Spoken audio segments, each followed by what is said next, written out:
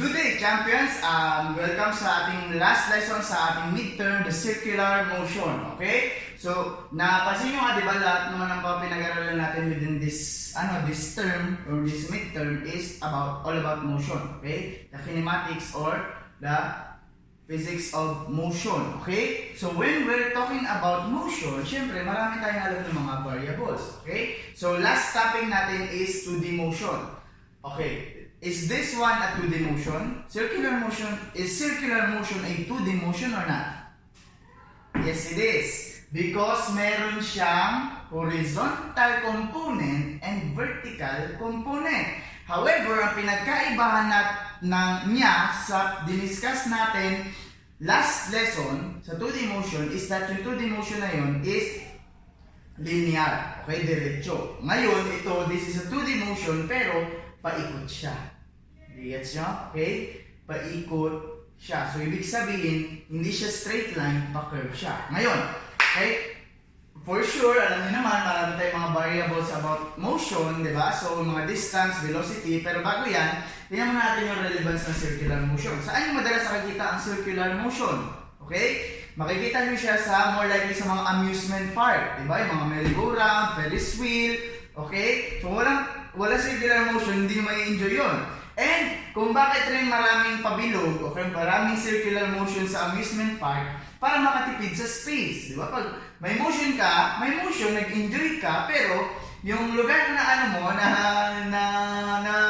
yung space na tinatakbo mo is maximized or limited lang. So, ibig sabihin, maganda rin yun na nag-enjoy ka, tapos sa amusement park, limited na yung space. Kumpara mo sa sa roller coaster, sa horror tunnel, di ba? Masyadong maraming space yung kinukuha niya. Di kagaya dito, kunti lang. Okay? Another one na application ng circular motion na very important, okay, amusement park, di masyado kasi for your amusement lang naman yun. Pero isa sa mga importante, okay, application ng circular motion sa ating pang-araw-araw na buhay is yung wheels, okay, yung gulong, okay? Isipin mo, kung walang gulong, or kung yung gulong ay hindi circle, ano mangyayari sa mga transportation natin? Makakarating ka ba sa gusto mong karoonan? Hindi, di ba? So, ibig sabihin, the circular motion limits the friction, di ba? Yung sabi natin, yung isang bagay na nagta-travel, kapag maraming friction, matagal, mahirap makausad, okay? Kapag circle yung motion, wala masyadong friction yung gulong, di ba? Ano pa yung mga pag umiikot ka ng tawag dito, you're twisting a hose or yung faucet, di ba? So, mga circular motion yan, okay? So, it's very convenient sa ating buhay, okay? So, ngayon, proceed tayo sa mga variables ng circular motion, okay? So, the first one is distance. Okay? May idea ka ba? Okay? Pag may circular motion, di ba may distance ka ba na travel? Wala. Okay, meron, di ba? So, ibig sabihin, meron kang distance na travel. Okay? So, pag umikot ka, okay, from dito, bumalik ka sa dati mong posisyon, okay, ikot ka, may distance ka ba na travel? Maybe walang displacement kasi bumalik ka na sa dati mo, pero merong distance. Ang distance na yun is yung buong haba ng circle na ito. Okay, ano na tawag doon sa haba ng circle na yun? Okay, that is what we call nagsimula sa C. Circum. Okay, kapag circle, ay kapag square, triangle, yung mga flat edges na shape ay perimeter. Ang sa circle ay circumference na may formula na 2 pi r. Diba? 2 pi r. Okay? Ang 2 pi dyan, ibig sabihin ng 2 pi is 360 degrees. Diba? 2 pi, kasi yung 1 pi, yung pi is equal to 180 degrees. So, 2 pi is 360 degrees times mo sa radius. This is the radius. Okay? The r. Diba? Times mo sa radius times 2 pi. 2 pi kasi humikot siya ng 360 degrees. Kaya yan yung distance niya. However, ang distance ba laging isang revolution lang? Okay, ang tawag dito, from dito to dito, bumalik ka sa dating mo, is the revolution. Okay? Yun yung number of revolution mo. 1 lang. Pag 2 pi lang, 1 lang. Diba? So, yun yung number of revolution mo. Ngayon, Guys, makinig. Pag distance, lagi bang 2 pi r? Hindi. Okay, hindi. Kasi nakadepende yun sa revolution.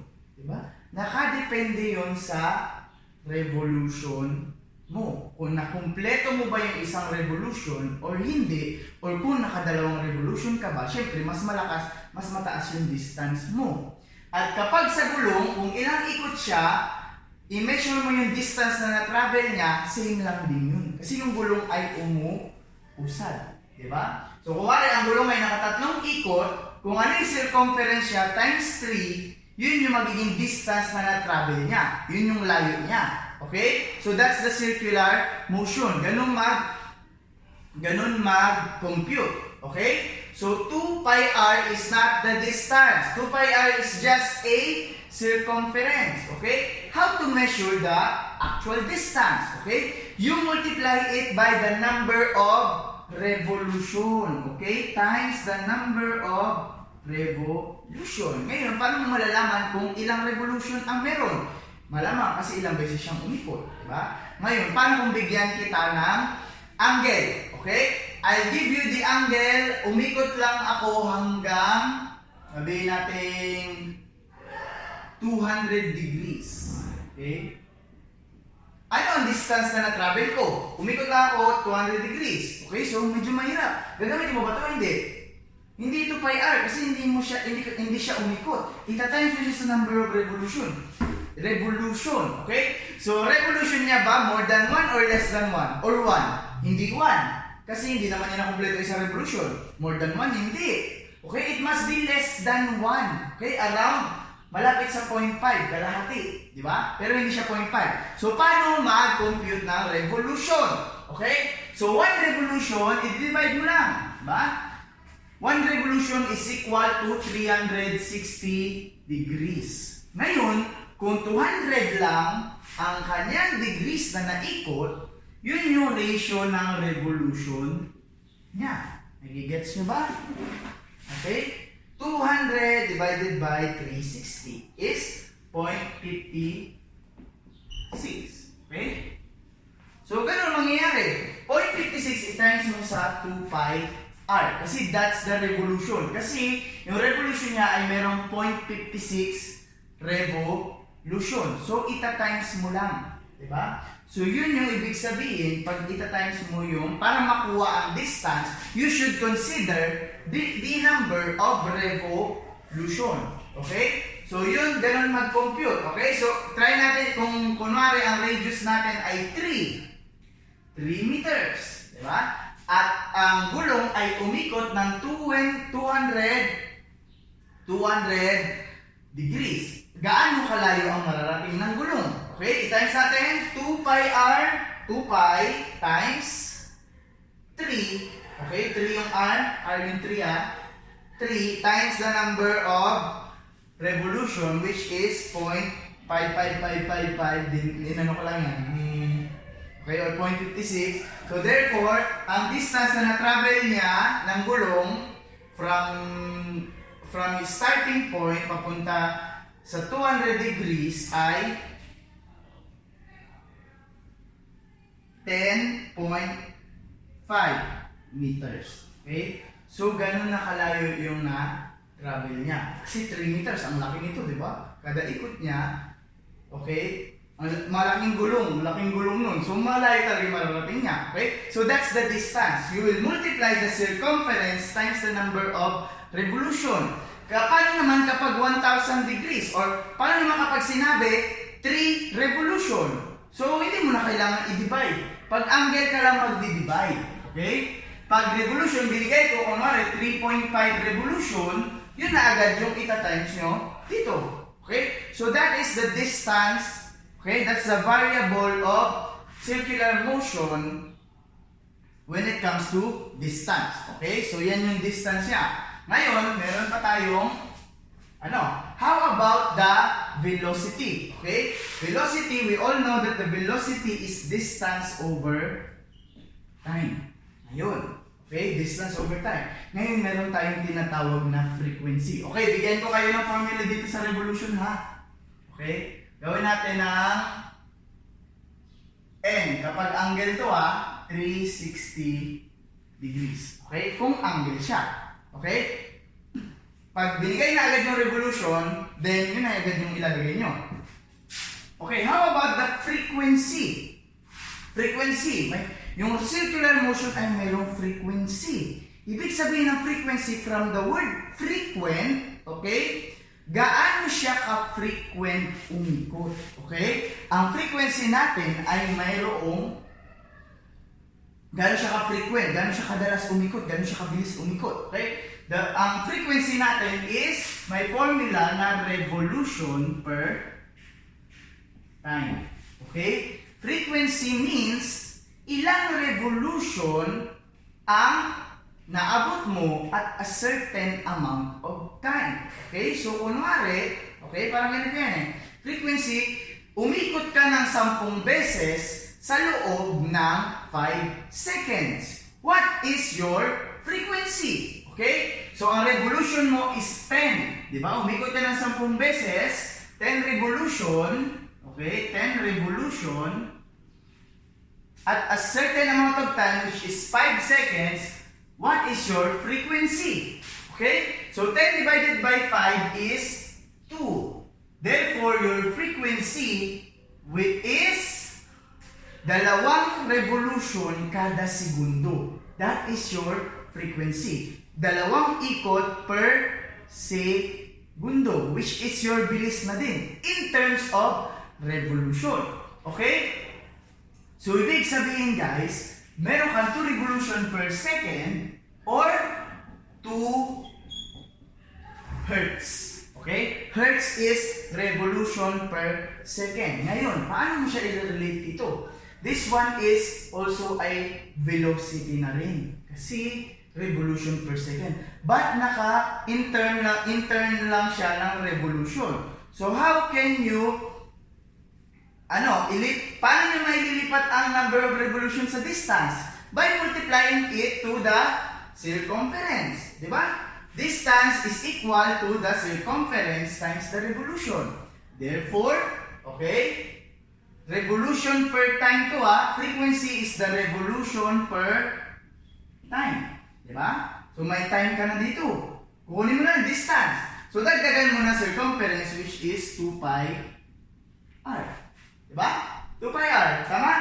2 pi r times the revolution per time. Okay? Or the frequency. Or pwede rin natin ilagay na 2 pi r f.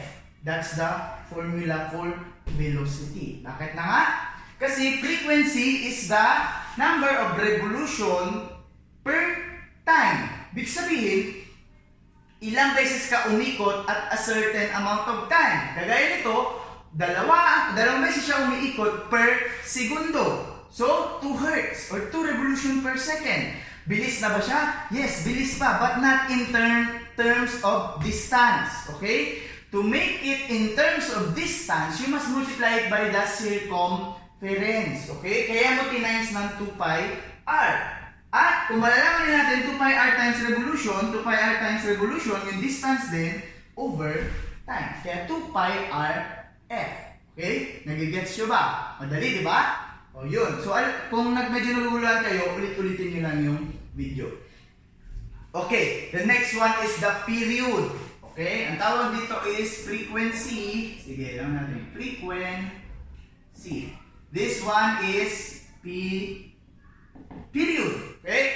Period is the kabaliktaran ng frequency. Ulitin na natin. I-take note nyo ito Frequency is the amount of revolution at a certain amount of time. Kung gaano siya ka-frequent. Okay? So, kung gaano siya ka-frequent, malalaman mo kung ilang beses siya umiikot at gaano kabilis. Kung gaano siya kabilis umiikot.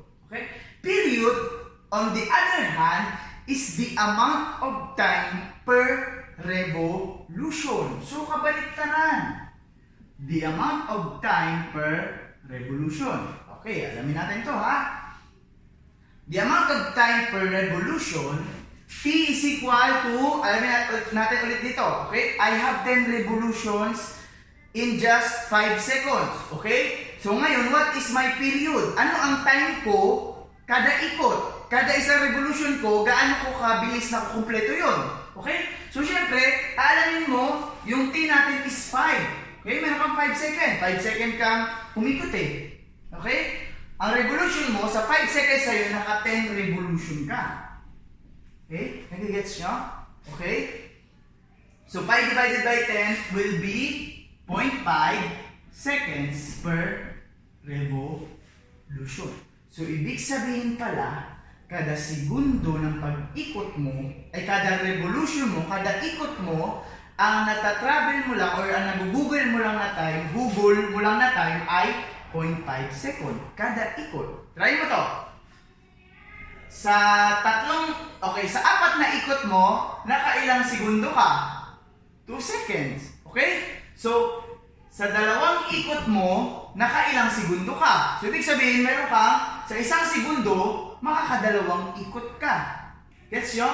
Kasi 0.5 second, isang ikot, pag 1 second, is dalawang revolution na. Dalawang ikot ka na. So, ibig sabihin, same lang din siya dito. Magkabaliktaran lang. Okay? So, tandaan natin, the frequency is the amount of revolution per time. Kung gaano ka frequent yung ikot. The period is the amount of time it will take a one revolution. Nagigets nyo ba? Okay? Frequency is the number of revolution per 1 second. The period is the number of time it takes for one revolution. Therefore, magkabaliktaran ang T and F. So, period is equal to 1 over F. And F is also equal to 1 over T. They are inversely proportional. So, paano natin siya? Paano kung period lang yung binigay ko? Normally, pag period lang ang binigay ko, tapos gusto niyo hanapin ng velocity, i-convert niyo muna siya sa frequency, which is, gagamitan niyo lang ng formula na ito. Since magkabaliktaran lang naman sila, they are the reciprocal with each other. So therefore, B is also equal to 2 pi r, okay? F is 1 over T. Nagdating na yung T ko? Okay. Okay. 2 pi r times T. Diba? So, ibig sabihin, times F pala. So, F is 1 over T. So, si T, pwede mo na ilagay dito sa baba. Yes, yun? So, velocity is equal to 2 pi r over the period, or kung alamin nyo, yung time it takes for one revolution. Parang ito, this is one revolution. The distance of one revolution divided by the time it takes for one revolution. So, parang distance over time lang din siya. Gets nyo ba? Napakadali, di ba? Ngayon, punta tayo sa acceleration. Ngayon, alam ba natin na, okay guys, ito medyo tricky ito. Tandaan nyo, kapag velocity, what is the direction of velocity? Okay? Kapag umiikot ka, what is the direction of velocity? Okay? The direction of velocity is tangential. Okay? Tangential. Nag-gets nyo? So, ibig sabihin, ang direction nito at a certain amount of time is tangent. Okay? The velocity is tangent to the circle. Okay? Parang ganito yun eh. Umikot ako ng 180 degrees. Okay? Umikot ako ng 180 degrees. What is my velocity? Okay? Parang ganito yan ha. So, ang aking direction is malamang pa-south. Diba? Okay? I turned 180 degrees. Okay? 180 degrees.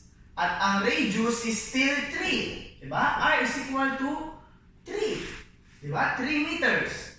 What is my velocity? Okay? Tandaan nyo, pag velocity may kasamang direction. Okay. So, the velocity, to get the velocity, anong formula gagamitin mo? 2 pi r f o 2 pi r over t? Siyempre, hindi ko pa malalaman muna kasi, okay, wala pa palang time. O sige, lagyan natin ng time, sorry. Or pwede mo muna hanapin yung distance, okay? 180 degrees at a circle with 3 meter radius in just 2 seconds. Okay? So what is my velocity? Gano'n ako kabilis? So pwede hanapin mo muna ang distance. Same lang yan, kahit anong gusto nyo gawin. Diba? Okay. So hanapin natin lahat ng variable para masaya. Okay? What is my revolution? Okay? My revolution is, okay, tandaan nyo guys, my revolution, since 180 degree ito, divided by 360 degrees, yung buong circle, so ibig sabihin naka-semicircle ako. So revolution ko is 0.5, kalahati. Okay? How about my frequency? Tandaan nyo, maraming way ito ng pagsagot. Frequency is the revolution per time. So meron akong 0.5 revolution divided by 2 seconds. So ang 2 seconds, ang frequency ko is 0.25 revolution per second. So, ibig sabihin, naka 1/4 ako na revolution sa isang segundo. Next is the period. The period is the time divided by 0.5 revolution. Kabaliktaran. Okay? So, magiging, ang mangyayari, 2 divided by 0.5 is 4 seconds per revolution. Which is, kung aalamin nyo naman, okay, when you think about it, you will need to, okay, to spend 4 seconds in 1 revolution. To complete a 1 revolution, you need to spend 4 seconds. Kagaya nito, nakakalahating revolution lang ako, 2 seconds lang siya. Therefore, para makaisang revolution ako, kailangan ko ng 4 seconds. Kasi kalahati, ito pa lang, pag isa, 4 na. So that's the period. Yun yung gamit nila. Okay? Ngayon, to get the distance is equal to 2 pi r times the revolution times 0.5.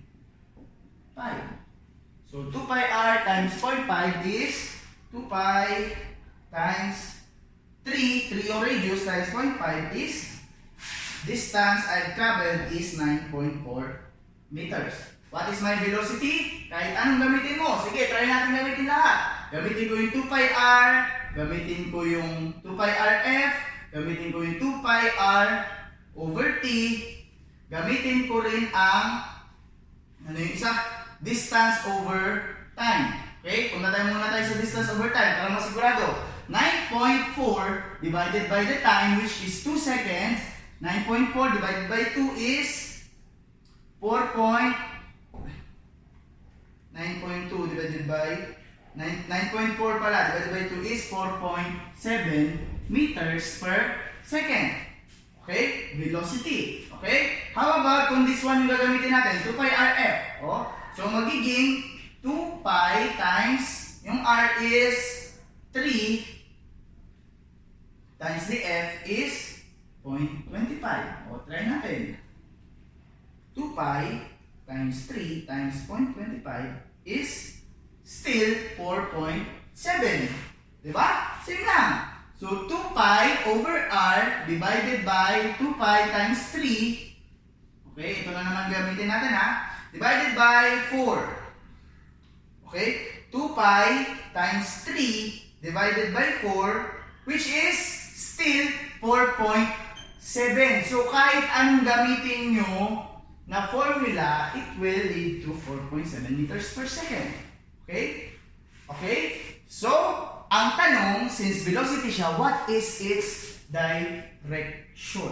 Okay? The direction is tangent to the circle. So, kung dito yung banda, malamang ang direction niya is pababa. Tandaan guys. The direction is not pa ganun. Ang hirap naman, di ba? 4.7 meters per second pa ganun. Ang pangit, di ba? Hindi yan totoo. Hindi yan ganyan. The velocity is not like that. Okay? The velocity must be south. Okay, guys, makinig. Ang circular motion, kaya nangyayari kasi merong, okay, the object is traveling in a straight line. Laging straight line lang yan siya. However, merong naghahawak sa kanya pabalik. Okay? There is something that is holding it, kaya nag-i-stay siya sa certain position niya. So, ibig sabihin, guys, the velocity has a direction tangent to the circle, but because there is force acting on it, okay? Force is the main reason kung bakit may motion. There is force acting on it in place, okay? Na mag-stay lang siya sa place na yan. Kaya ang nagiging direction niya or yung nagiging reaction niya is umiikot lang siya. So, ibig sabihin, the velocity is still tangent to the line. Try nyo, okay? Merong umiikot na centrifuge, okay? Tapos maglagay kayo dito, basain nyo. Okay? O di kaya, pag binasaan nyo yung map nyo sa bahay, inikot nyo. Diba? Nirevolution nyo. Anong direction ng mga tubig?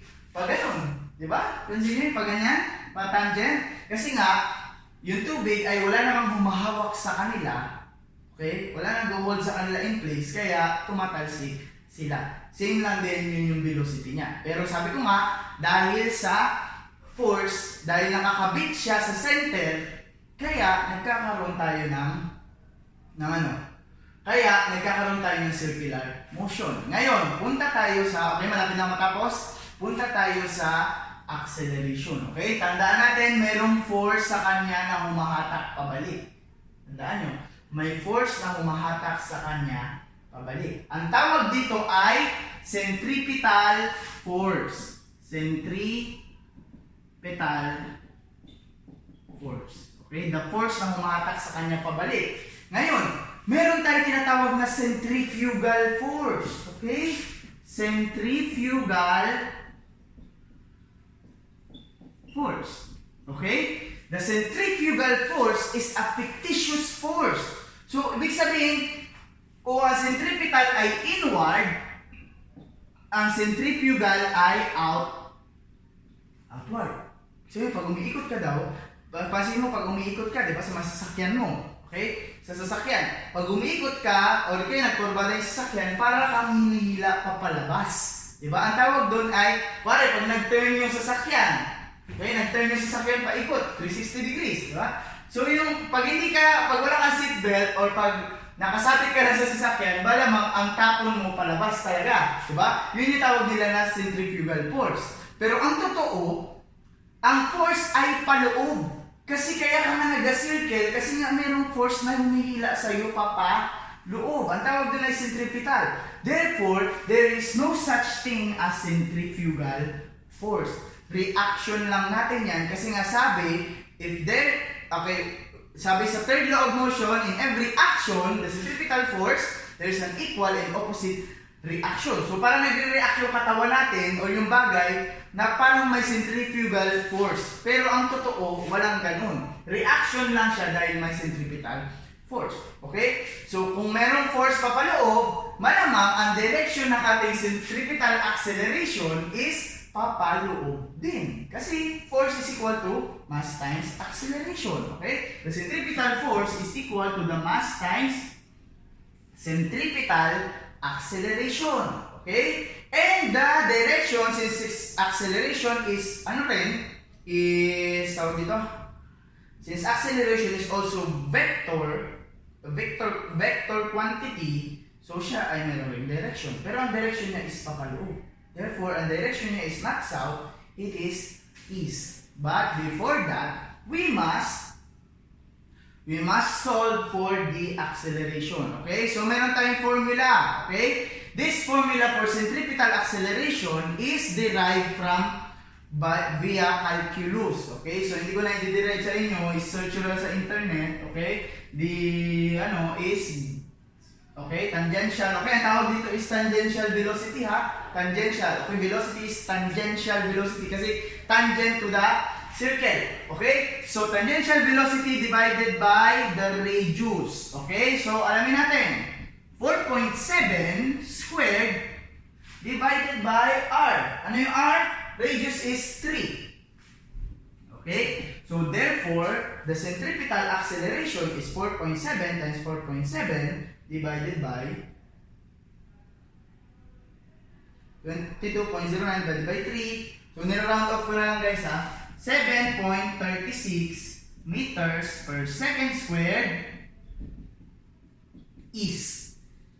Is kasi paloob ang direction. Ang acceleration, dahil paloob ang force, what is the force? If yung nagro-rotate na or yung nagre-revolve na object is, sabihin natin the mass is 5 kilograms. Okay, what is the force? Okay, so the force will be 5 times the acceleration, which is 5 kilograms times 7.36 meters per second squared. So times 7.36 times 5, this will be 36.8 newtons. So ibig sabihin daw, kailangan daw ng poste or ng kung ano pa man ang nasa center dito ng 36.8 newton para masustain ang circular motion. Kapag ang motion niya ay ang force niya ay mas maliit sa 36.8, it will collapse. Okay? And the circular motion will not be circular anymore kasi wala na center na nag-hold sa kanya. Okay? Nagigets nyo ba guys? Okay.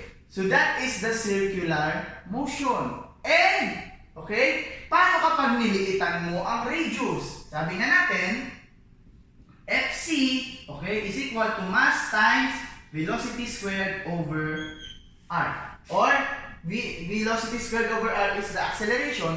So, same lang din. O, sige, i-derive ko sa inyo muna. Ayun yun ang shortcut eh.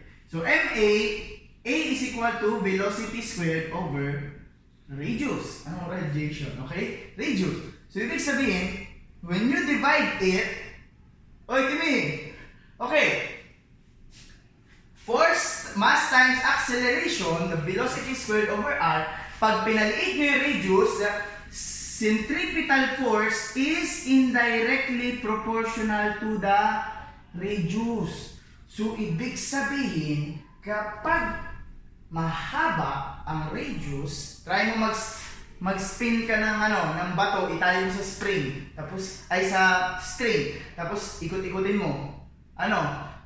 Pag mahaba yung tali, medyo madali lang siya i-sustain, 'di ba? Kasi hindi mo kailangan masyadong maraming force.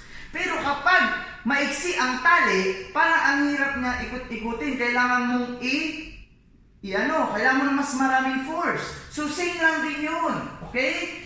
Force, the centripetal force o yung force na kailangan mo paloob para mapanatili ang circular motion is indirectly proportional to the radius. Meaning, kapag yung tali ay maiksi, kailangan mo ng mas maraming force. Okay? The higher the radius, less yung centripetal force mo. Diba? Kapag, ganito yan eh, kapag mahaba yung tali, mahaba yung radius, mas kailangan mo ng magpaikot or mas kailangan mo ng force na para mas mapaikot siya. Kasi kapag hindi ka nag-exert ng force, ng enough force, hindi iikot yung string or yung sling, di ba? Yung rock na nakatali sa string. However, kapag maliit ang radius or maiksi ang tali, okay?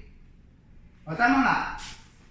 Okay? Kapag mataas ang radius, hindi mo na kailangan ng mag-exert ng force na marami. Diba? Kasi madali lang siya ikutin. However, kapag maliit ang string or malapit lang yung iniikot mo, that's when you need more centripetal force para mapanatili. May pressure. Di ba? May pressure ka kasi ang lapit lang ng iniikot mo eh. So yun lang guys. Maraming salamat.